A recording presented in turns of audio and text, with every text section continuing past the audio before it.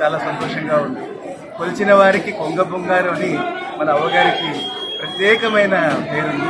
94 రథోత్సవంలో మొట్టమొదటి రథోత్సవం అవ్వ ప్రత్యక్షంగా తను సొంతంగా కూర్చొని రథోత్సవం చేయించుకున్నారు. ఇది 93వ వెండి రథోత్సవం.